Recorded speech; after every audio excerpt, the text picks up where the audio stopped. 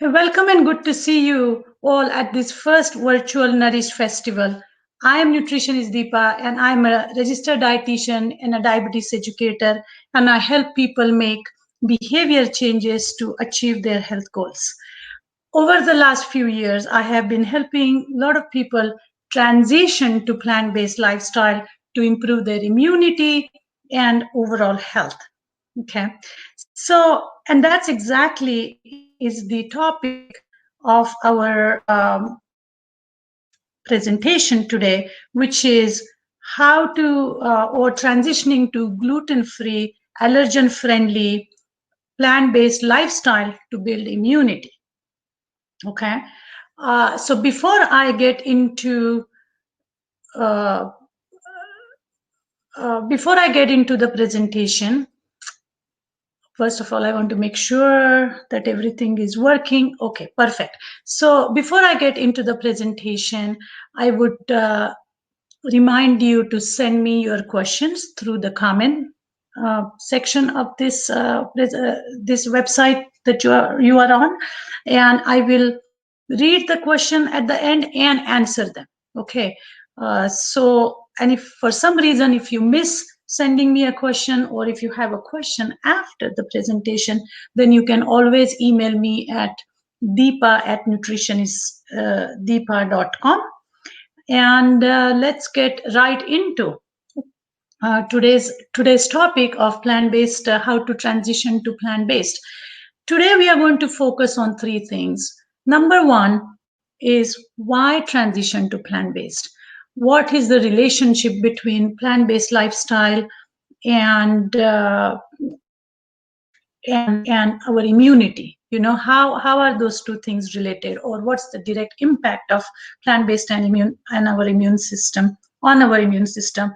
Then number two is how to avoid common mistakes when transitioning to plant-based. There are some pitfalls that patient or client seems to fall into, which makes the journey harder, or it makes them relapse back to not eating as many plants. So we are going to discuss how to avoid those pitfalls.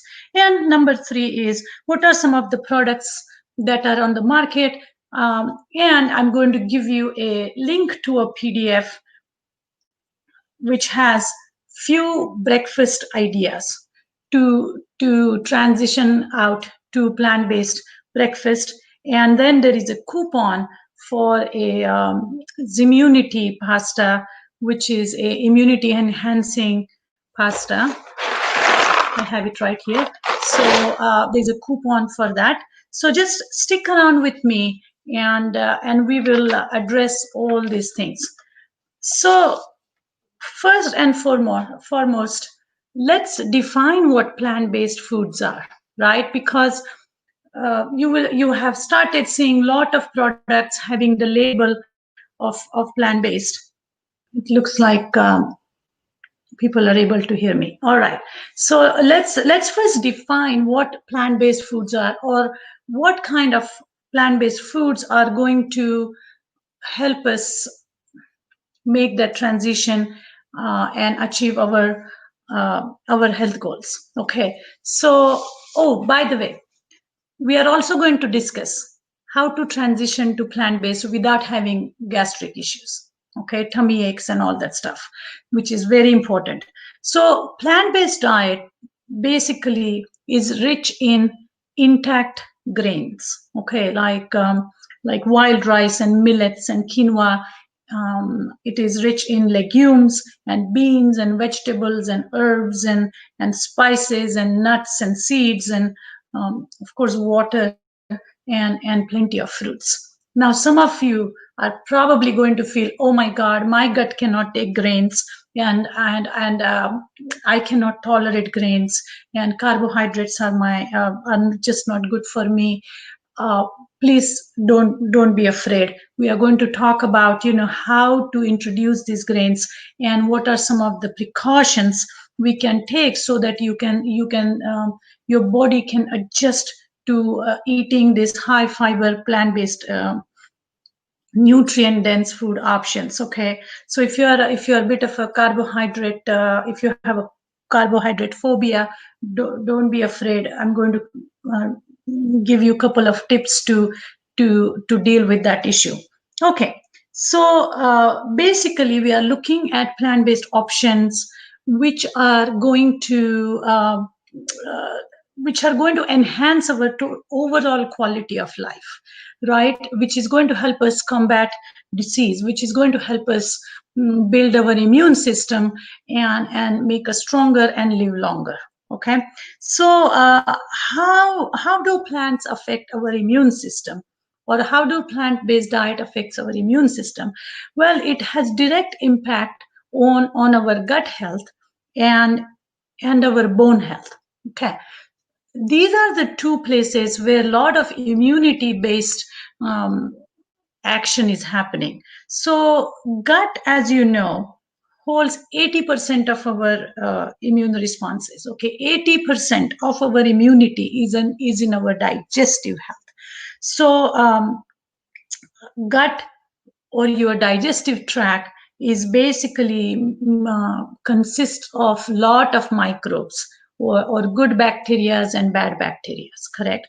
um, it's a very well known fact that people who have had gluten intolerances or celiac, or have suffered through uh, um, allergies, food related allergies, usually have compromised GI system. So you can imagine, if your digestive tract is compromised, then your immune system is going to be compromised. So if you are trying to get better, if you're trying to get healthy, then the first thing we need to focus on is to restore your digestive health.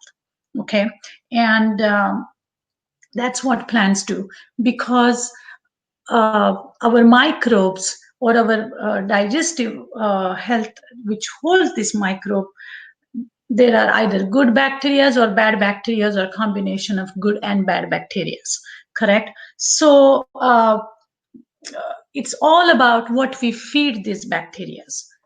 So we have fiber, different types of fiber. For example, there's a specific fiber called prebiotic fiber that feeds the probiotic bacteria. Okay, probiotic bacteria, we get it from fermented food. We are born with it. Our environment and our diet really dictates what kind of bacteria colonies we are going to have. So the prebiotic fiber is a good kind of fiber. That's the right food for our probiotic bacteria. And so the plant-based, again, whole food plant-based diet is high in this prebiotic fiber, because if your diet is high in lentils and onion and garlic, artichokes, then chances are your good bacteria are getting right kind of food. Okay. The problem is antibiotic, steroids, alcohol, excess intake of meat, sugar, highly processed food. These these factors affect our good bacteria in the system. Okay, so these things are going to basically kill the good bacteria. So at some point we will have to work, or a person needs to work on introducing good fiber, the prebiotic fiber, and water, and at the same time removing the bad food, or the side effects of medicine, so on and so forth, from your system.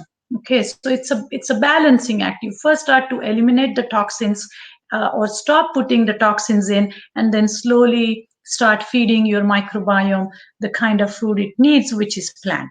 Okay, so by feeding these good bacteria, our gut is going to start producing right kind of enzymes. It's going to start producing right kind of compounds, which are going to make our immune system stronger. Okay, so that's how gut participates in building your immune system. Okay, little later, we are going to discuss as to how to kind of start achieving this balance, or how to start introducing high fiber food without have to go through the digestive distress that a lot of people complained of. Okay, but just hang in there with me. The second organ, like I was saying, which participates in deciding our immune system, is our bone health, or bone marrow to be specific, because bone is where red blood cells, white blood cells, and platelets are formed. Okay, these three things play a very important role in deciding our immune system, in our immune response.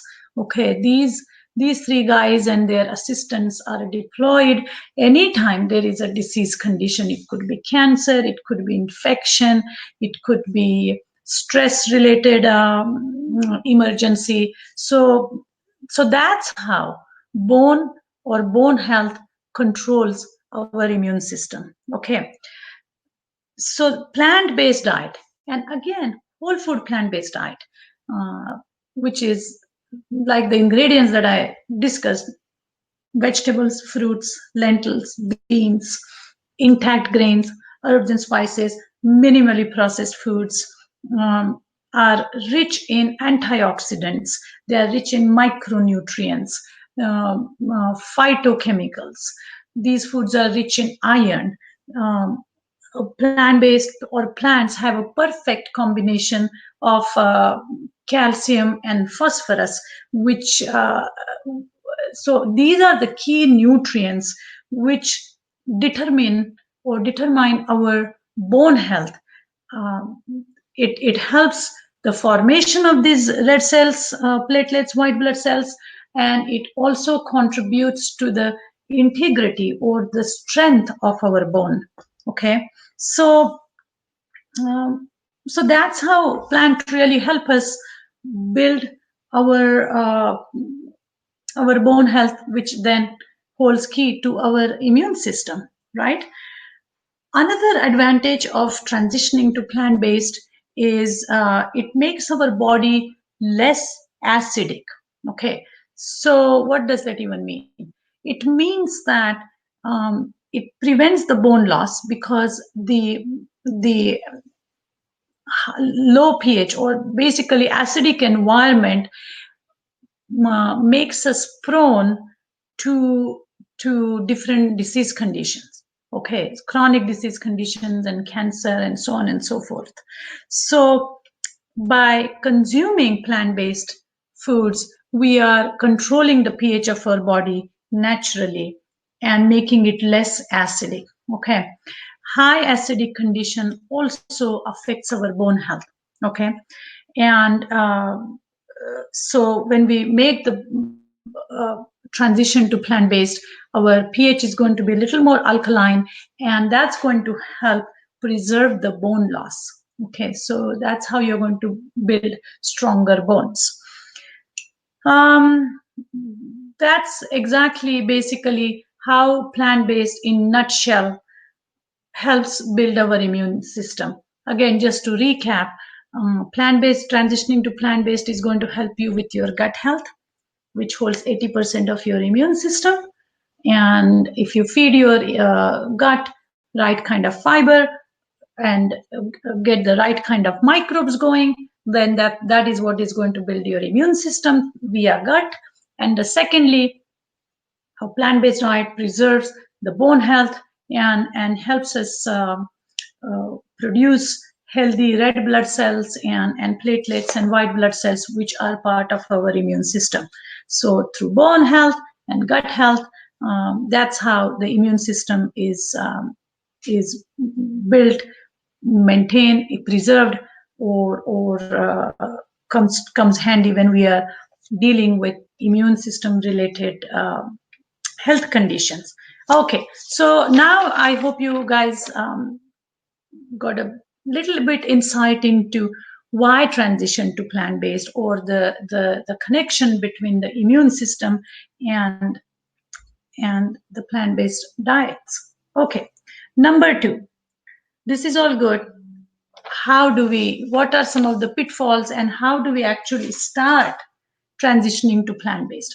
First of all, or some of the common mistakes that people make is that they go too fast. Okay, if your body is not used to such high fiber um, foods or environment, then your digestive system is not going to take it too well. Okay, because in order to digest the fibers, like I said, you need right kind of microbiome. Okay, and we need to transition. That's why I tell people transition into plant based if you want to be successful, because it's not only less overwhelming for your body, but it is also less overwhelming for us to make the change. Because remember, whatever change we make, we want to make sure that it's life, it's a lifestyle change, it's sustaining. Okay, so number one, add fiber or transition out one meal at a time. Okay. Number two, the fruits and the vegetables you are going to eat, and I am saying fruit and vegetables, add only cooked fruits and vegetables. Okay. So if you have a sensitive stomach or have difficulty tolerating food in general, or if you have gas and bloating after eating or acid reflux, those are all the signs that your digestive tract doesn't have right kind of enzymes or microbiome to digest this food. Okay, so when you introduce cooked cooked vegetables,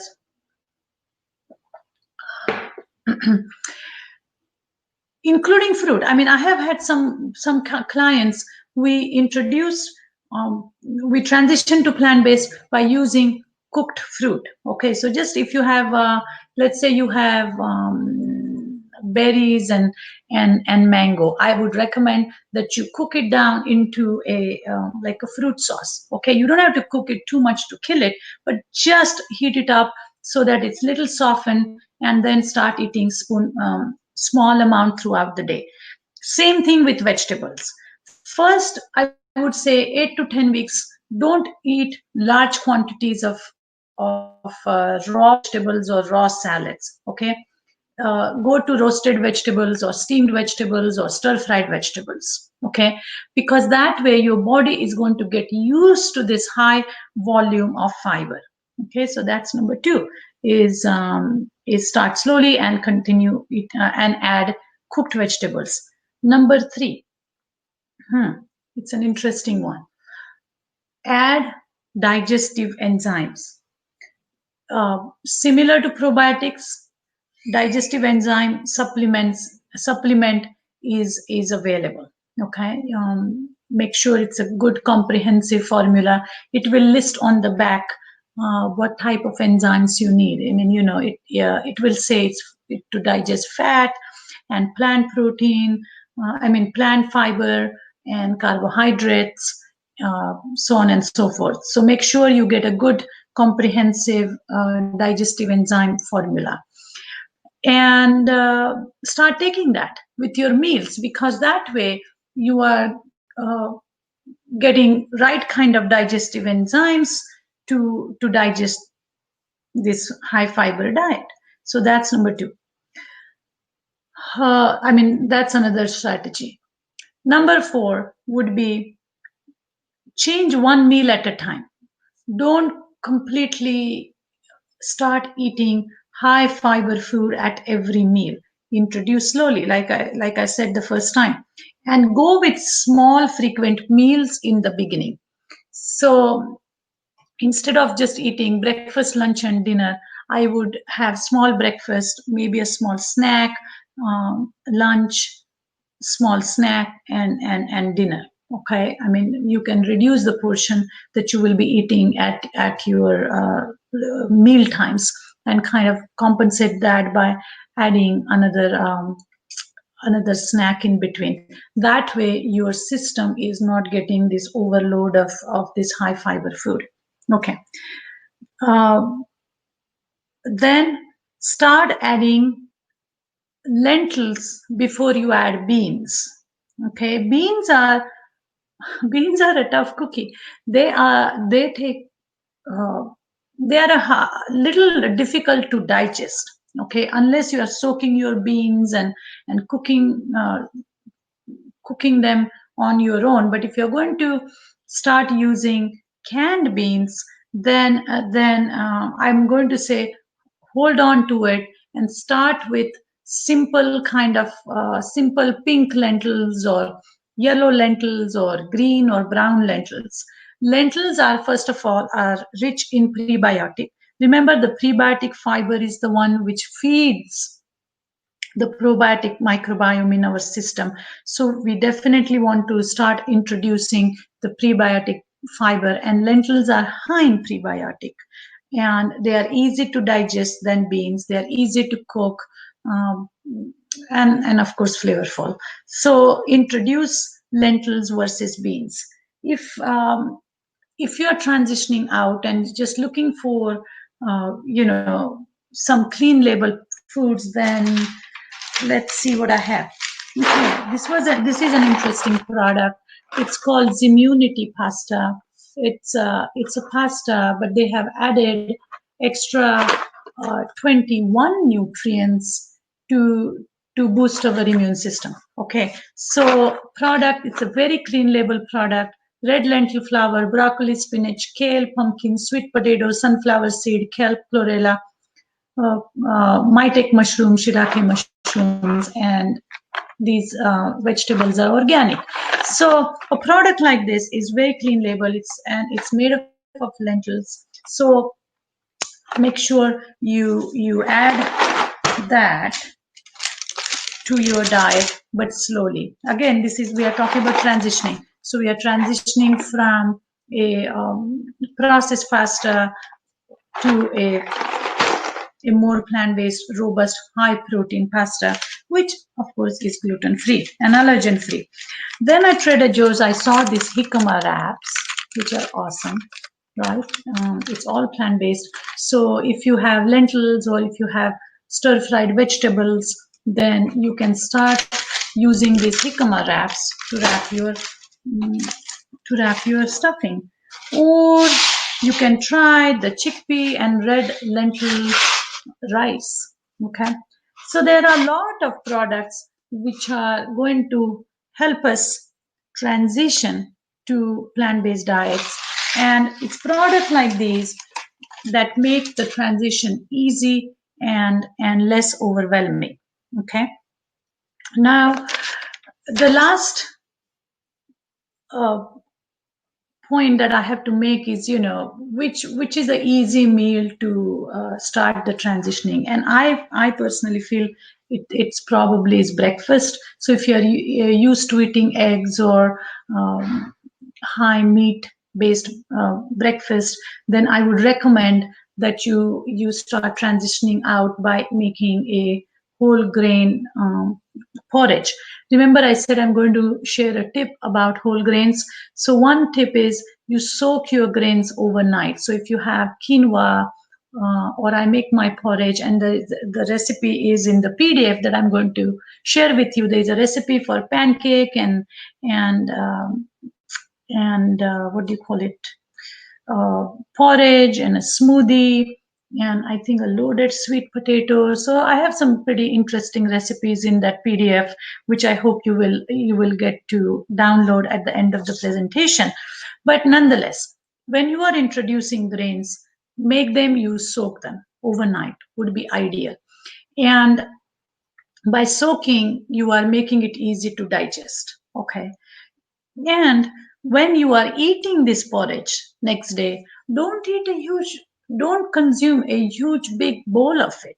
Okay, start by consuming small amount, and again, if you're hungry, eat another small portion later on. So that's how you're going to get your system used to this high fiber diet, and then eventually what will happen is the microbiomes will start growing. They will get, the good microbiome will start growing. It's going to get efficient in absorbing nutrients, and it will, and that's when you start reaping the health benefits of plant-based diet, is when your gut health is up and running, and when you are eating whole food plant-based foods, minimally processed, your gut fires up, your metabolism fires up, the absorption of nutrients starts, and then you have more energy, and weight loss is possible. The blood sugars start to normalize, because what happens is plant-based diet is also high in fiber, and fiber helps remove excess cholesterol, removes excess toxins, helps remove blood sugar out of your system, making your cells more insulin sensitive. Okay, so there are multiple benefits of transitioning to plant-based. And like I said, start slowly, reach out for help, and don't forget those digestive enzymes and all this good stuff. Okay, so that's pretty much I have to say about transitioning to plant-based diets on a gluten-free, allergen-friendly way, without really causing much GI discomfort. Okay, so now I'm going to look at the questions that are being sent to me, and I am going to read the question and answer them one at a time. Okay. How do you transition to plant-based while trying to gain weight and overcome GI issues? Okay, that's an interesting question, because this person is trying to gain weight and wants to overcome GI issues. Going back to my original strategy, first of all, start slowly and small frequent meals of cooked vegetables, soaked grains, soaked seeds. Focus on high nutrient dense healthy fats like olives and avocado and seeds, and chia seeds, pumpkin seeds, those type of things. And you can make the powder of these seeds and start putting it in your soups, or start sprinkling it on your vegetables, and mix it in your grains, and that's how you are going to increase the nutrient density of the food. And to reduce the GI issues, I'm going to recommend that you cook your vegetables, don't eat raw salads, start taking digestive enzymes. If you're focusing on beans, switch to lentils, and that's how you're going to transition, and I'm hoping you will gain the weight along the way. Okay, there are some issues with audio. All good here. Okay.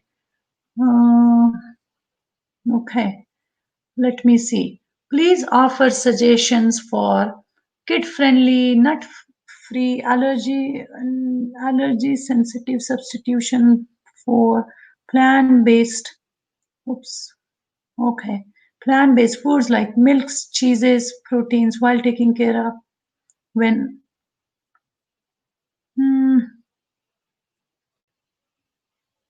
oral syndrome, including some fruit, carrots, coconut. Okay. So I think we have a mom here who is looking for a substitution for plant-based foods such as milk, cheese, proteins, while taking care of all other allergies I think the child has, including some fruits, and of course gluten-free.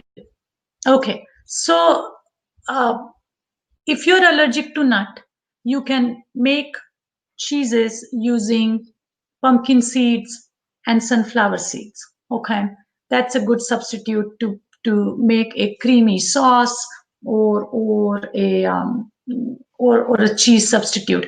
I make my Parmesan cheese using lightly salted roasted pumpkin seeds. So I grind my pumpkin seeds with a little bit of garlic and just pulse it in the coffee grinder to get the Parmesan cheese type of consistency, and then I mix it with some nutritional yeast for extra B complex and that cheesy flavor.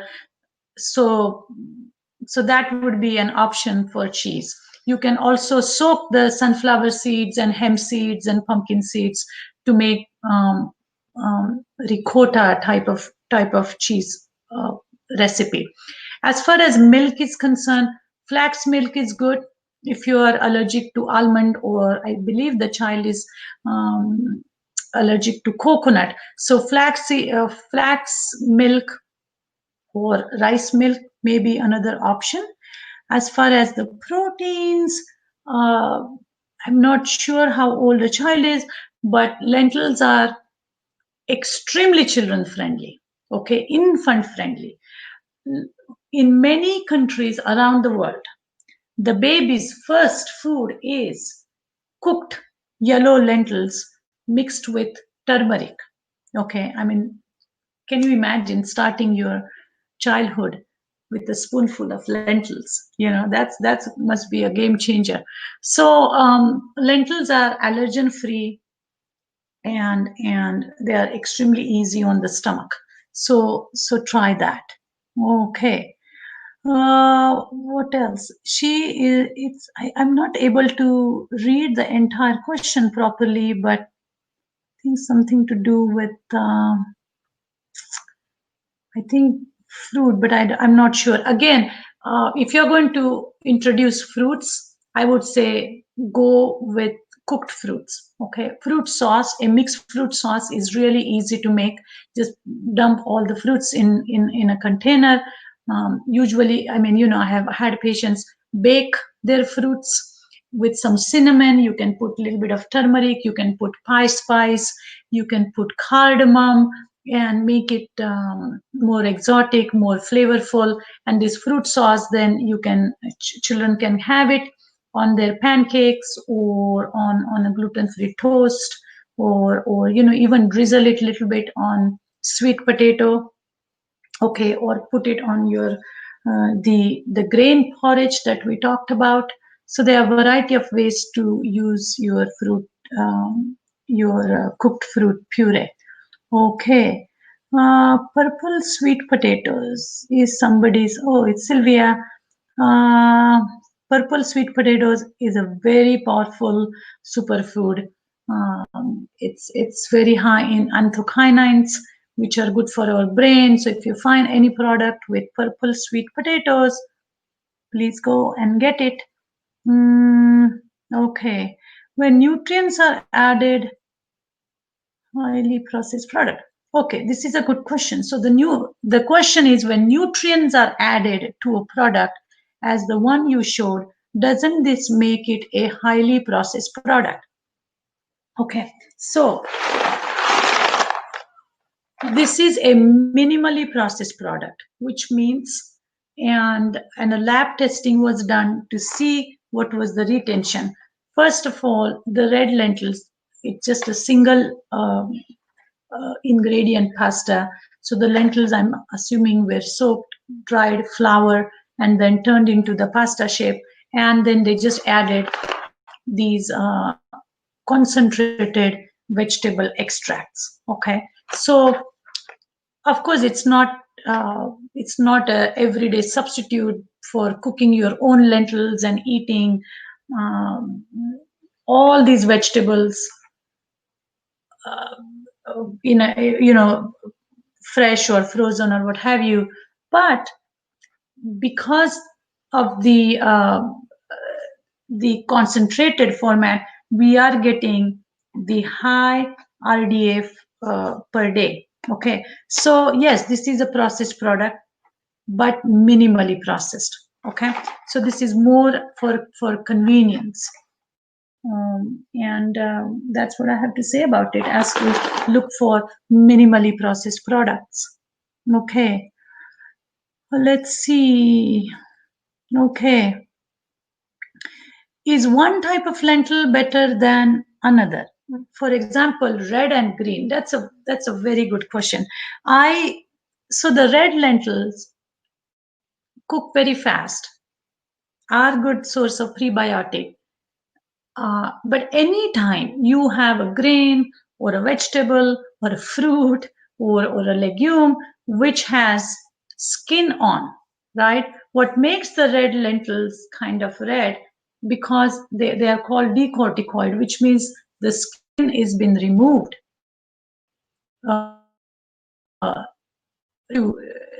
just to reveal the seed inside.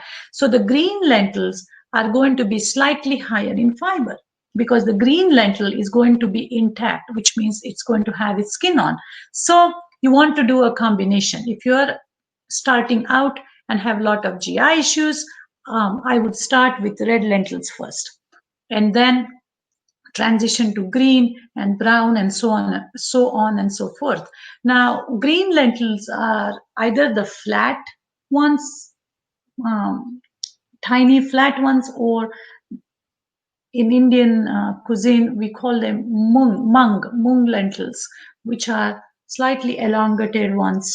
Either one, anything that has skin on, okay, is going to be beneficial for us.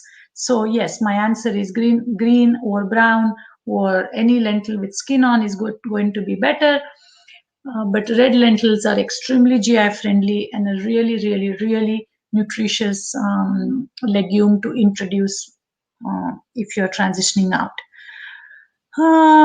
Is there a good resource for how to sow grains and nuts and seeds? Really, there's. I mean, of course, Mrs. Google here can give us a lot of sources, but I mean, traditionally the grains are just soaked overnight in just sufficient water. You don't want to soak it in whole lot of water because many nutrients in grains are water soluble, so you don't want to soak it in tons of water and throw all that water away. So just a thin layer for the seed to drink that water and soak and kind of start the pre-digestion process is just enough. So and that's what you do with seeds, that you don't want to soak it in too much water. Whatever little extra water is left, you want to throw it away. So that's really to it. As far as soaking the grains, 8 to 12 hours is a good sign, is a good time. uh, okay, this is a very good question. Will one see an increase in blood sugars initially? Any fruits or vegetable that a diabetic needs to avoid or limit? Okay, now this is really a discussion on in itself as to how initially plant-based food may cause you to see rise in your blood sugars. Okay, because uh, because in the beginning your cells are not very sensitive to insulin. Okay, but as your intake of fiber goes up, the fiber helps remove some of the excessive fat from your system, dump it out, and that helps make the cell more sensitive to insulin, which means down the line, eventually, insulin is going to be able to open the cells and get the carbohydrate or the glucose in. So yes, the question is, in the beginning, you will see some rise in your blood sugars, but hang in there. Uh, try to eat fruits which are more nutrient dense. For example, if you have a choice between kiwi and banana, I would go with kiwi because of its nutrient density in terms of fiber. If you have a choice between pomegranate and apple, I would go with pomegranate. Okay, so the more seeds you have, the more watery flesh you have, the better the fruit is going to be. So my recommendation to my patients is that in the beginning, avoid apple and grapes and banana, and focus on berries and pomegranate, maybe figs, oranges, pineapple, and get things going. Okay. uh, I'm celiac diabetes and I have fibromyalgia. Okay, so I just answered her question about the blood sugars that that that she asked. Okay, next question. Doctor told me I'm eating too many carbs with beans, and that is raising my LDL cholesterol. So this person's doctor told her that she's eating too many carbs with beans and rice, and that is what is raising her LDL cholesterol. Okay, first of all, plant-based foods don't. I mean, if she's eating beans and rice, it doesn't have any cholesterol in it. So I'm not sure why he's thinking the cholesterol is coming from beans. Um, it may not be so much as to beans and rice, but maybe what else you are eating with it. Maybe if you are using drizzling a lot of olive oil or cooking with extra fat, even if it's healthy fat like olive oil, or if you're using a lot of coconut oil, then that is going to contribute to the fat content of your diet, and that may raise your LDL cholesterol. My recommendation would be go on whole food plant-based diet, which is rich in fiber, and fiber is everything. Really, if I have to send you home with one message, that would be, guys, make sure your diet is as high in fiber as you can, as low in fat as you can, and then we have a right technique going here. So my recommendation to you would be focus on whole food plant-based diets, cut down on these external sources of fiber of fat, and and focus on brown rice or wild rice if you're eating white rice, and see if that helps with your LDL levels. Okay. Uh, let's see. Okay. Thank you for the tips on plant-based products. Gluten-free, yeah, I think. Okay, somebody, I'm not understanding this question. So, Carol, if you can submit your question again. What about the thick yellow? I'm not sure what she meant by that. So, Carol, if you could resubmit that question. And the second question is it good to use baking soda when soaking beans? No, please don't, because baking soda kills the B vitamins that are naturally found in beans and food, and it's really not good for our system. Okay, so you can soak your beans and lentils or your grains in this Japanese sea vegetable called kombu, Kombu. Okay, it's a Japanese sea vegetable. Buy only organic from Eden Organics. Okay, and you can soak your grains and seeds and beans and lentils using kombu, but do not ever use baking soda to cook your beans and lentils. Okay. Mm, there is no PDF download in the link. Okay, then give me a, I don't know, maybe Angela, can you figure out how to give them that link? Let me ask Angela. Angela, how can they access the PDF link on my dashboard? Okay. If you are unable to get the link, I'm going to give you my email address here. You can email me and I can always send you the link. It's Deepa at,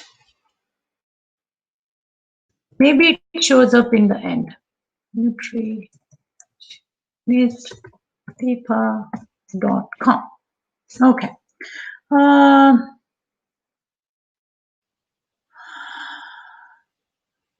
Mention. Okay. As someone who is allergic to soy and legumes and nuts. What is the best plant protein I can incorporate in my diet? Okay, so this person is allergic to legumes and nuts. Okay, guys, the PDF apparently is under my bio. Okay, so if you see my bio, there is a link there. You can click on that.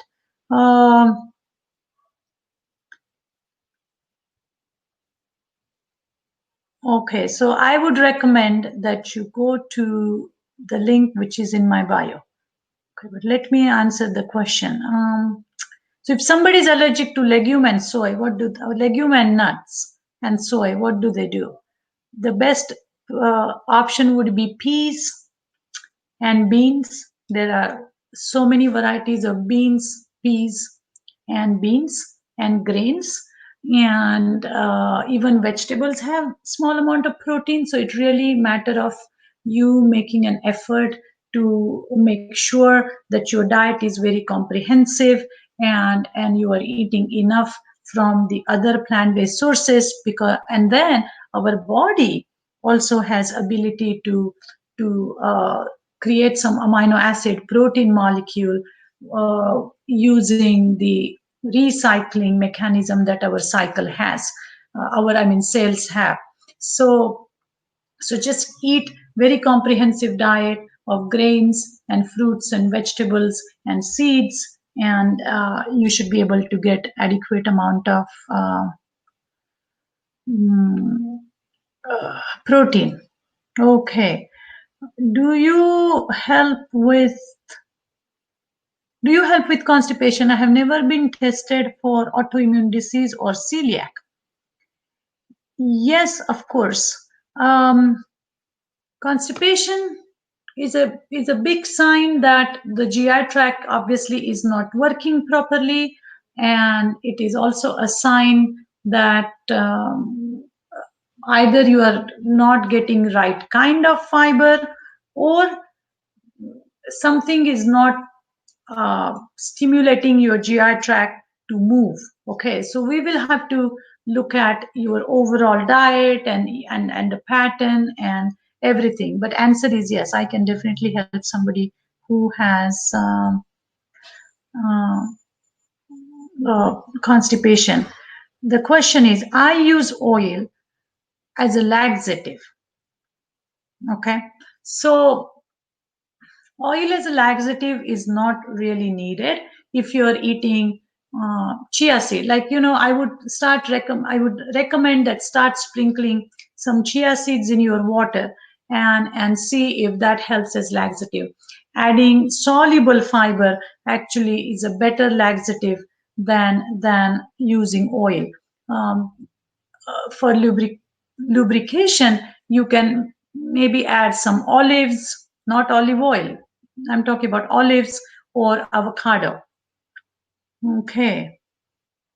Then somebody just wrote chana. Chana basically means chickpeas. If you have access to the ethnic Indian store, they have something called black chana or black chickpea, which is much better and more nutrient dense than the white big chickpea we get. But chana is basically a Indian term for chickpeas. Okay, moving along. Uh, okay. Uh, Question. I seem to have lot of gas when eating beans or lentils. Is there anything to help with these issues?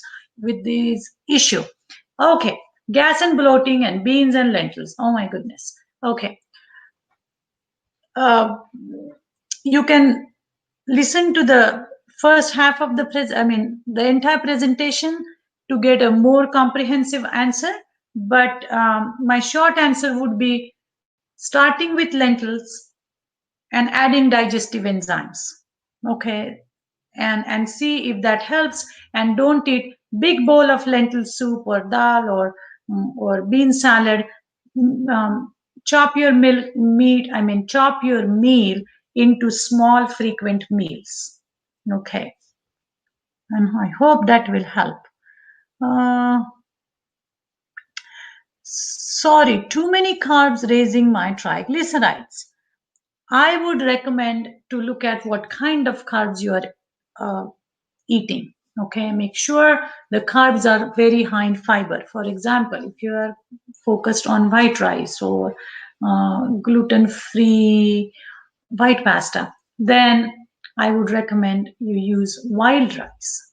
Okay, if you're eating potatoes but without skin, I would say use sweet potato with skin or regular potato with skin. So we have to make sure that our carbs come with fiber, because when we have fiber, this excessive of everything. I mean, triglyceride is a combination of a fat and sugar molecule.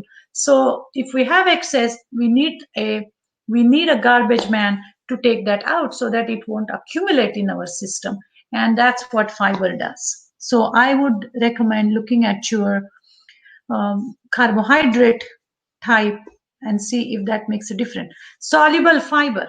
What is soluble fiber? That's the question. Soluble fiber is the fiber that that we find in oats, in beans, in lentils. It's the kind of fiber which when that gives oat that creamy, soft mouth feel. It's the kind of fiber when you are cooking, let's say beans, or you soak your beans, it forms like a gel on top. Or if you're using canned chickpeas, the jelly like water that you throw away actually is your soluble fiber. Okay, so that's what the soluble fiber is. Okay, and I think I answered all the questions that were sent to me. Okay, I hope you guys found my PDF. If you haven't, send me an email. You can always reach out to me.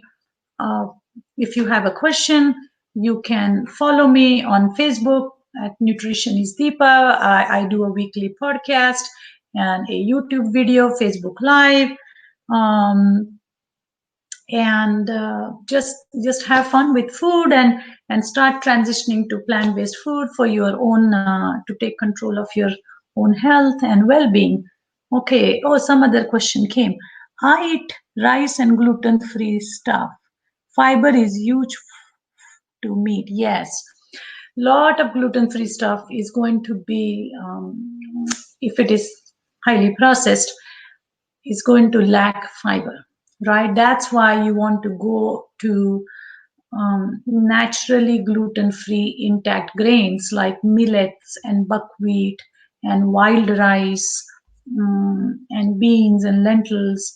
So if you start adding these guys in, um, you will meet fiber, because almost 20% of some of these grains contain um, contain fiber.